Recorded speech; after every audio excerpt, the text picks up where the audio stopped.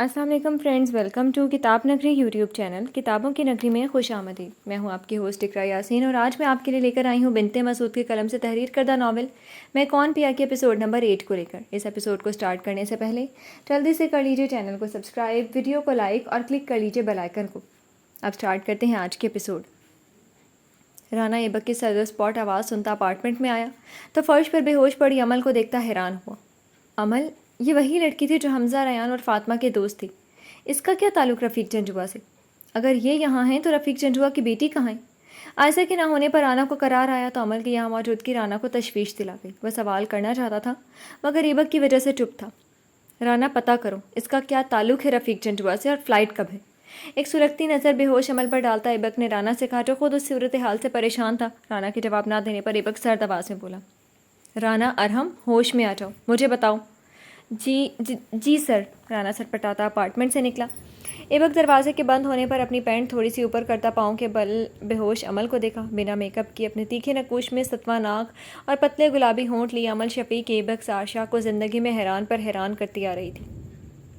آج بھی جب ایبک کو پتہ چلا کہ رفیق جنجوا نے اس کے ساتھ گیم کھیلی اور اپنی بیٹی عائزہ کو وہ یورپ ٹرپ پر بھیج چکا ہے، ایبک ضبط کرتا رفیق کے گھر نکاح کرنے آیا اور یہ دیکھنے کہ وہ کس سے اسے باندھ رہا ہے۔ ارادہ ایبک کا یہی تھا کہ وہ نکاح کر کے اس لڑکی سے سچ جان کر چھوڑ دے گا، مگر وہ لڑکی عمل شفیق ہوگی، ایبک کو اندازہ نہیں تھا۔ قسمت کے اس چکر پر ایبک حیران تھا۔ تو تم اب بہروب بن گئی ہو میرے لیے؟ اور کتنے روپ ہیں تمہارے لڑکی؟ عمل سے ایبک مخاطب ہوا مگر جواب، اے لڑکی اٹھو اٹھو۔ ایبک نے عمل کو ہلایا مگر عمل ٹھس سے مس نہ ہوئی۔ ایبک نے 2 سے 3 بار کوشش کی مگر عمل بے ہوش ہی رہی۔ وہ کچن سے پانی کا گلاس لاتے ایبک نے وہ عمل پر گرا دیا۔ پانی کی پھوار برسنے پر عمل ہڑبڑا کر نیند سے جاگی۔ نیا جہنم مبارک ہو لڑکی، اٹھو اب۔ ایبک کی سرد آواز سنتی عمل کانپی اور ایک نظر اس پر ڈال گئی۔ چلو اب، ایبک عمل کو دیکھتا کہہ گیا۔ عمل چپ ہی رہی اور ایبک کے پیچھے چلتی اپارٹمنٹ سے باہر آتی لفٹ سے نیچے آئی، جہاں ایبک عائشہ کا پورا اسکواڈ تیار تھا۔ عمل سر جھکائے چلتی گیلے کپڑوں میں ایبک کی لینڈ کروز میں سوار ہوئی۔ زندگی اب کیا رخ موڑنے والی تھی، عمل اس سے انجان اس راہ پر چلنے لگی۔ یہ ناول آپ کتاب نگری یوٹیوب چینل پر پڑھ اور سن رہے ہیں۔ اگر ان دونوں کو کالج نہیں آنا تھا تو نہ آتی، مگر ہمیں تو بتا دیتی۔ سارا دن خراب کیا، دیکھو ذرا اس فاطمہ کو کال بھی نہیں پک کر رہی میری۔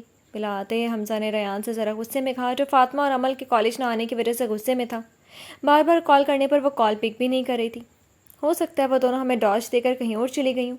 ریان نے اپنی کہیں اور کچن کا رخ کیا۔ اگر ان دونوں نے ایسا کیا نا تو ان کی خیر نہیں ہوگی، یعنی حد ہی ہو گئی۔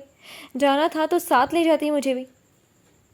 حمزہ ہال سے چلایا۔ کچن میں کھڑا پانی پیتا ریان حمزہ کی بات سنتا نام میں سر ہلا گیا۔ پانی کا گلاس رکھ کر ریان واپس آیا جہاں حمزہ سیل کو کان سے لگائے کھڑا تھا۔ تم نے کیا کرنا تھا ان کے درمیان میں؟ انڈے دینے تھے۔ ریان کی بات پر حمزہ چڑھتا ہوا بولا، جس پر ریان نے اپنے آئی برو اٹھاتے بولا، میرے خیال سے یہ کام مونس کرتی ہے، مذکر نہیں۔ کیا تم بھی لا حول ولا قوت مونس تو نہیں بن گئے؟ ریان کی بات پر حمزہ کے سر پر لگے تلووں تک آئی۔ تجھے دکھاؤں میں مذکر ہوں یا مونس، حمزہ کہتا ریان کی جانب لپکا۔ ریان اپنا بچاؤ کرتا صوفے کی آڑ میں، وہ اپنا سل صوفے پر پھینک کر حمزہ ریان کو پکڑنے کو بھاگا۔ فاطمہ سے 2 ہاتھوں کرنے کے بعد ارادہ بعد میں کرتے پہلے اس سے نمٹنے لگا۔ شرم کر یار، تیرا بھائی ہوں میں، تم مجھے مونس بنا رہے۔ صوفے کی دوسری طرف جاتے حمزہ نے ریان کو پکڑنا چاہا جو اس کے پاس آتے دوسری طرف ہوا۔ دیکھ، تم نہیں کہا تھا کہ تم انڈے دیتے فاطمہ اور عمل کے درمیان، میں نے بس وہی بات آگے کی۔ ریان حمزہ سے دور ہوتا ڈائننگ ٹیبل کی طرف ہوا۔ حمزہ اس طرف آتا اسے پکڑ کے دھکا دے کر ریان کو نیچے گرا گیا اور اس کے اوپر آتا بولا، مجھے آگے فاطمہ پر غصہ ہے، وہ عمل کو اپنے ساتھ لے گئی اور مجھے چھوڑ گئی۔ کیوں یار؟ ریان کے اوپر بیٹھا حمزہ بے چارگی سے بولا۔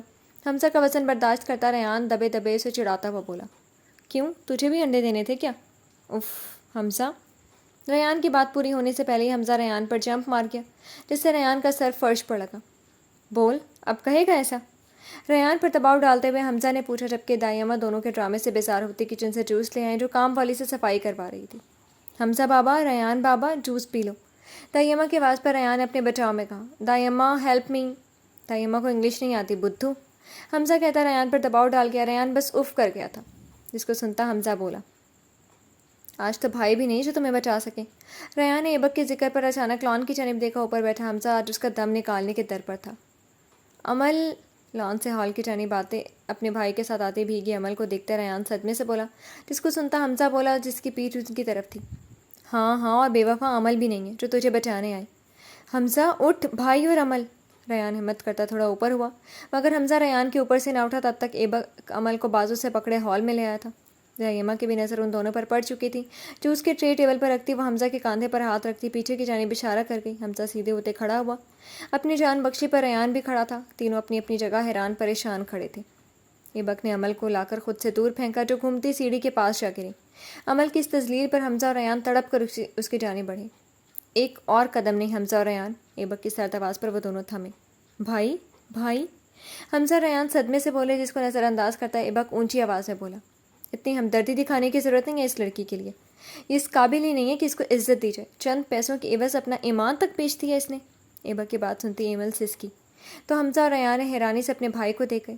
دائی اماں، آج سے اس ولا کا سارا کام یہ لڑکی کرے گی، سب کام سے مطلب سب کام، اور کوئی بھی اس لڑکی سے ہمدردی نہیں دکھائے گا، اور نہ ہی اس کا کوئی حمایتی میرے پاس اس کی حمایت کرنے آئے گا، ورنہ میرا اس سے کوئی تعلق نہیں ہوگا، سمجھے؟ اس کا اس ولا میں ایک نوکر سے بدتر مقام ہے، کہنے کو میری نام نہاد بیوی ہے یہ، مگر ہے نہیں۔ ایبک کے سرد، تیکھے اور سماعتوں میں پڑتے الفاظ حمزہ اور ریان کی آنکھیں نم کر گئے۔ ان کے دوست اور بھائی کے الفاظ سے چھلکتی نفرت اپنی کہہ کر ایبک ولا سے نکل گیا، جس کے پیچھے رانا بھی چلا گیا۔ ہال میں چھائے سناٹے کو عمل کی سسکی نے توڑا تھا، جس کی جانب حمزہ اور ریان کے ساتھ دائی اماں لپکے۔ عمل، تم ٹھیک ہو؟ کیا ہے یہ سب؟ حمزہ عمل کی حالت دیکھتا سوال کر گیا۔ بھائی اور عمل کی شادی؟ ریان نے حمزہ کو بھی چپ رہنے کا اشارہ کیا اور عمل کو سہارا دے کر کھڑا کیا، جس کو دوسری جانب دائی اماں نے سہارا دیا۔ دائی اماں، آپ عمل کو گیسٹ روم لے جائیں، اس کی حالت ٹھیک نہیں ہے، آپ عمل کو دیکھیں ذرا۔ ریان کی بات پر دائی اماں سر ہلاتی عمل کو سہارا دے کر گیسٹ روم میں چلے گئی۔ حمزہ، فاطمہ کو کال کرو، ریان کہتا کچن میں چلا گیا۔ یہ ناول آپ کتاب نگری یوٹیوب چینل پر پڑھ اور سن رہے ہیں۔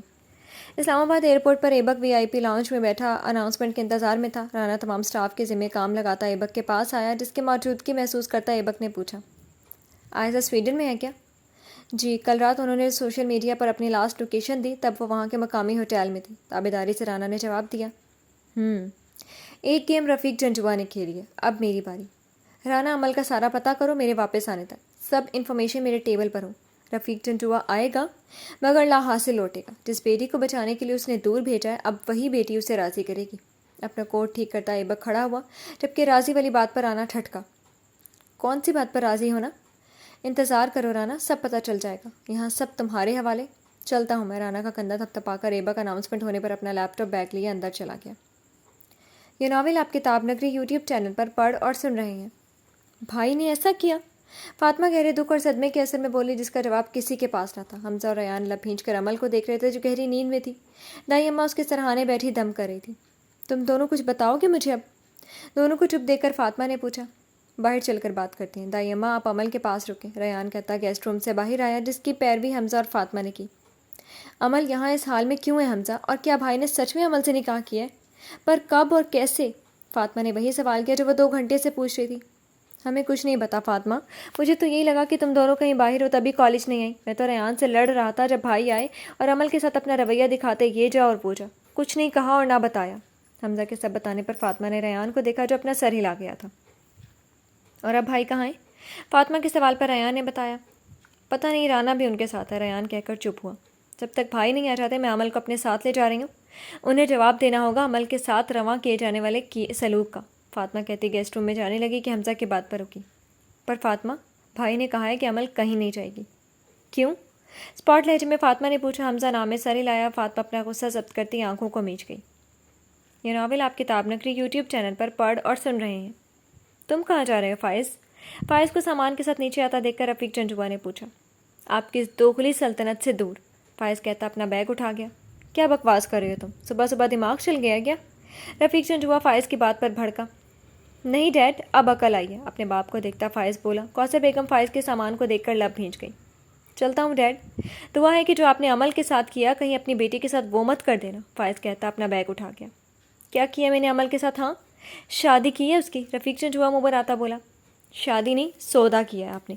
کیا منہ دکھائیں گے آپ تایا ابو کو کہ ان کی بیٹی کو آپ نے ایک ٹینڈر کی نظر کیا؟ سچائی رفیق کے سامنے کہتا فائز چپ ہوا۔ رفیق جنجوا آگ بکولا ہوتے فائز کے منہ پر تھپڑ مار کے کوثر بیگم نے اپنے دل پر ہاتھ رکھا، گال پر ہاتھ رکھ کے فائز کہنے لگا، چلتا ہوں، نہیں چاہیے مجھے آپ کی یہ دوغلی سلطنت اور نہ ہی جھوٹی شان و شوکت، جس کی بنیاد ہی دھوکہ تھی۔ آپ نے عمل کے ساتھ بہت غلط کیا ڈیڈ، اس گھر میں بچپن سے وہ آپ کے ظلم کا شکار ہوتی آئی، اور آپ نے کیا کیا اس کے ساتھ؟ یہ گھر نہیں، اس کی سسکیوں سے بنی ایک بے جان عمارت ہے۔